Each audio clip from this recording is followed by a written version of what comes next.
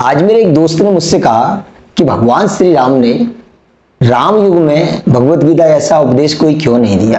भगवान श्री कृष्ण ने कृष्ण युग में, द्वापर युग में क्यों भगवत गीता ऐसा उपदेश दिया।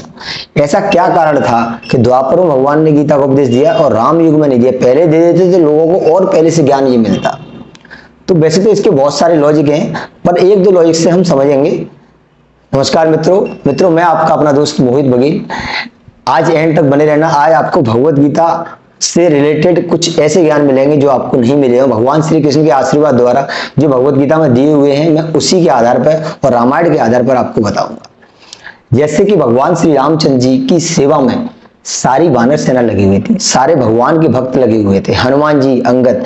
लेकिन भगवान ने एक जगह पर भी किसी बंदे को ये नहीं बोला कि आप ये काम करके आना और आपको ऐसे करना है। जैसे कि भगवान ने हनुमान जी से कहा कि जाओ देवी सीता का पता लगा के आओ, तो वो देवी सीता का पता लगाने के लिए अपनी मर्जी से सारी योजना करते हैं। लंका में आग लगाना, अशोक वाटिका तोड़ना, माता सीता से मिलने के लिए छोटा रूप करना और रावण से संवाद करना, ये सब अपने आप योजना करते हैं, उन्हें कोई चीज बताता नहीं। और वहां पर अर्जुन जब युद्ध नहीं लड़ पा रहे हैं, अर्जुन के युद्ध नहीं लड़ पा रहे, वो कह रहे भगवान मेरा गांडी मेरे हाथ से छूट रहा है, मेरे हाथ कांप रहा है, आप बताइए मुझे क्या करना है। तब भगवान वहां पर अर्जुन को बता रहे हैं। जैसे एक छोटा बच्चा को माता पिता से बोलता है मम्मी आइसक्रीम खाऊंगा, मम्मी मुझे आइसक्रीम खिला दो, मम्मी मुझे ये दिलवा दो, वो दिलवा दो। इस तरह से अर्जुन कर रहे हैं भगवान श्री कृष्ण से।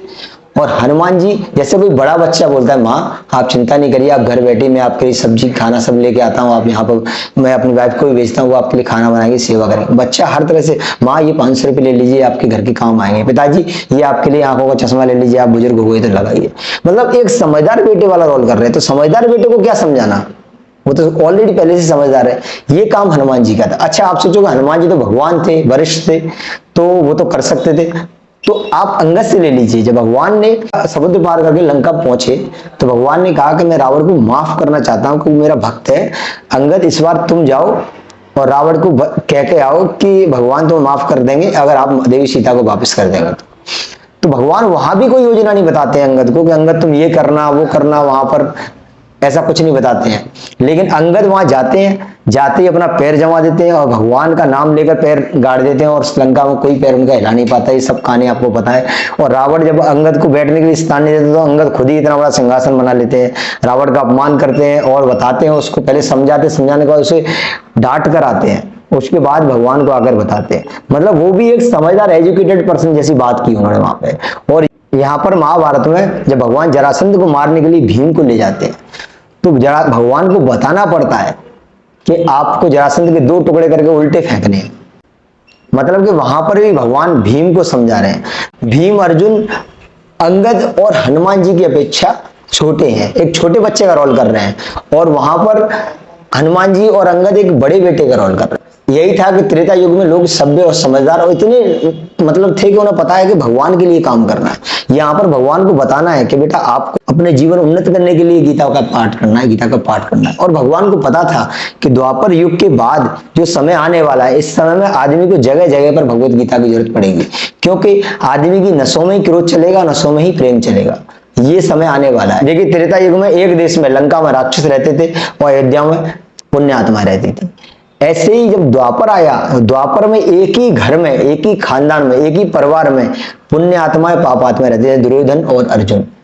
और आज के समय में एक ही नस में पुण्य और पाप वाला खून चल रहा है। कभी आदमी को क्रोध अहंकार आया है, कभी प्रेम वाली बात चलती है, कभी पुण्य वाली। कभी आदमी को जो नहीं करना होता वो कर बैठता है, कभी आदमी सभ्य होकर अपने सत्य के मार्ग पर चलता है। तो इसलिए भगवान ने समय समय पर भगवत गीता की जरूरत पड़ेगी। जब भगवत गीता का उपदेश दिया, और कहाँ दिया, कुरुक्षेत्र में, कोई सोफे में बैठकर नहीं दिया, क्योंकि उन्हें पता था कि आज से यहाँ से भगवत गीता की जरूरत पड़ेगी। दूसरा लॉजिक ये कि भगवान ने भगवत गीता का उपदेश जब तक नहीं दिया जब तक आदमी अपने निजी फायदे के लिए काम ना करे। आज हर आदमी अपने निजी फायदे के लिए काम कर रहा है। अगर पड़ोसी की चोरी हो रही होगी तो उसको नहीं देखेगा, सिर्फ अपना फायदा देखेगा, मुझे क्या करना हो रही है, उसके यहाँ हो रही है, मेरी थोड़ी हो रही है। किसी पड़ोसी के घर में आग लग रही है तब भी नहीं सोचेगा अरे उसका हो रहा है, मेरा थोड़ी। अरे भाई नुकसान तो नुकसान है, चाहे उसका हो चाहे आपका हो। अगर आपका होता तो आप उसमें कूद जाते, लेकिन दूसरे का तो आप उसके बारे में सोच भी नहीं रहे हो। ये गलत है। देखिए महाभारत के जहां से महाभारत शुरू होता है तो राजा भरत थे। राजा भरत के 9 पुत्र थे और भगवान हस्तिनापुर के चक्रवर्ती राजा थे, राजा भरत, उनके 9 पुत्र थे, उनमें से एक भी पुत्र ऐसा नहीं था जो राजा बनने लायक था, तो उन्होंने अपने राज्य मंत्री का एक पुत्र को राजा बना दिया। तो वो युग निजी भाव वाला नहीं था, वहां पर आदमी गुणों के आधार पर देश का नेता चुना जा रहा था, देश का राजा चुना जा रहा था, इसलिए भगवान ने गीता का उपदेश नहीं दिया। लेकिन जब धृतराष्ट्र, पांडु और विदुर आए, इस तरह का ज्ञान आया, उसके बाद दुर्योधन और अर्जुन का जन्म हुआ, तब भगवान अवतरित हुए। तब भगवान को पता था कि आज के बाद ऐसे परिवार पैदा होंगे कि निजी फायदे के लिए काम करेंगे, जो धृतराष्ट्र और दुर्योधन ने किया था।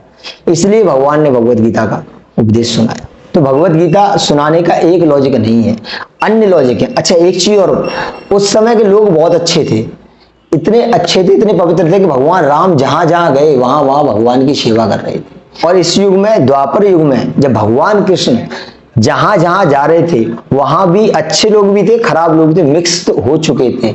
जैसे कि इंद्रप्रस्थ में भगवान का वेलकम करने के लिए नकुल, सहदेव, युधिष्ठिर 5 भाई लगे हुए थे, भगवान का वेलकम करने के लिए स्वयं पितामह भीष्म लगे हुए थे।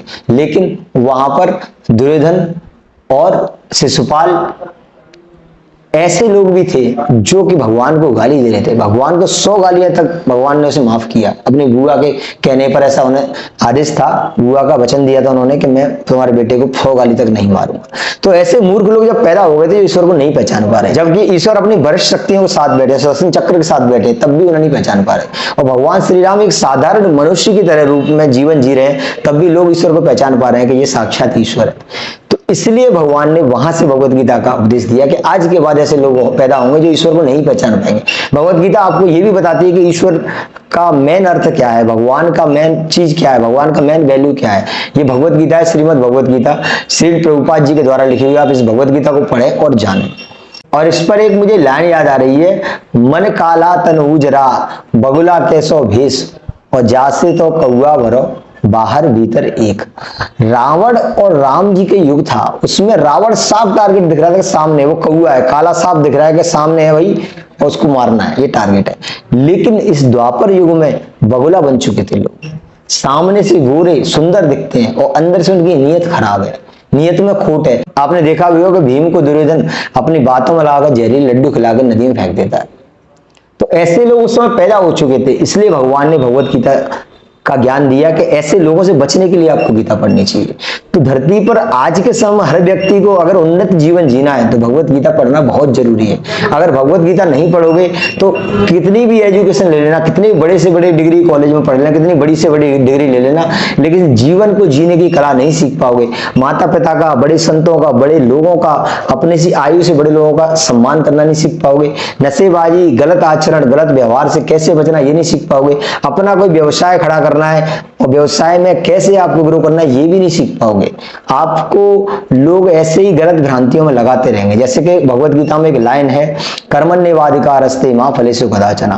इसका मालिक लोग बहुत फायदा उठाते हैं। वो नौकरों से कहते हैं कि कर्म कर, फल की इच्छा मत कर। भगवान ने ये कहा था कि कर्म कर, फल की इच्छा मत कर। भगवान ने ये जरूर कहा था कर्म कर, फल की इच्छा कर, लेकिन ये व्यवसायिक भाषा है कि भैया अपने लक्ष्य को निर्धारित काम कर, फल की इच्छा मत कर, फल मैं तुझे दे दूंगा।